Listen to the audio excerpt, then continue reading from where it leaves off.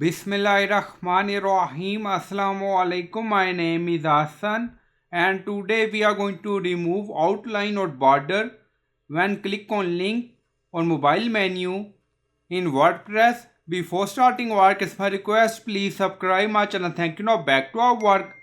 So this is our mobile menu. So when we click on it, now you see outline. Again click on it.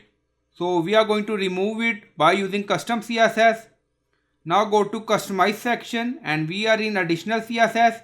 Now paste and you will find this CSS in video description or in comment section. Now you see focus, button focus, select. Now click on publish. Now publish done. Go to website page again and refresh the page. Again click on mobile menu. Now you don't see any outline or border. Again click on it. So I hope you like this video. Please like, comment, share, subscribe. Thank you for watching.